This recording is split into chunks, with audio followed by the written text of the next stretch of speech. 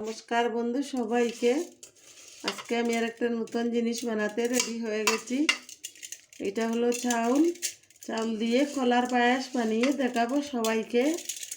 আপনারা তো দুধের পায়েস বানাতে থাকেন, আমি দুধ খোলার পায়েস বানাবো, আপনাদের দেখাবো আজকে। চাউলটাকে গ্যাসে বসিয়ে দিলাম, এটা বয়েল হতে থাকবে, তারপরে দেখাবো। আমি পাকা কলা, একদম পাকা কলা নিয়ে আসছি।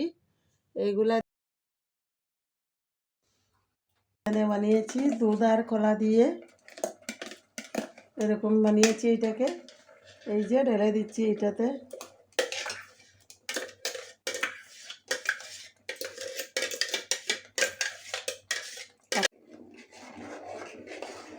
দিলেও হবে, না দিলেও হবে। যারা মিষ্টি কম খান তারা চিনি না দিলেই হবে। কিশমিশ রেখেছি একটা প্যাকেট, এইখান থেকে অল্প কিশমিশ দিয়ে দিব। এখন দিলে এটা টক ভাব হয়ে যাবে, নামানোর সময় কিশমিশ ঢেলে দিব, তার উপরে এলাচি দিয়ে এটা নামিয়ে দিব।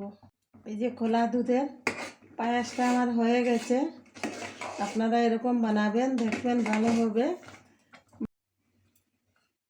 এলাচি দিয়ে দিয়েছি বন্ধুরা, কিশমিশ ঢেলে দিয়েছি, আপনাদের দেখাচ্ছি। দেখেন আপনারা সবাই এরকম বানাবেন। কলা আর দুধের পায়েস বানালে এরকম অনেক ভালো হয়, টেস্ট হয় খেতে।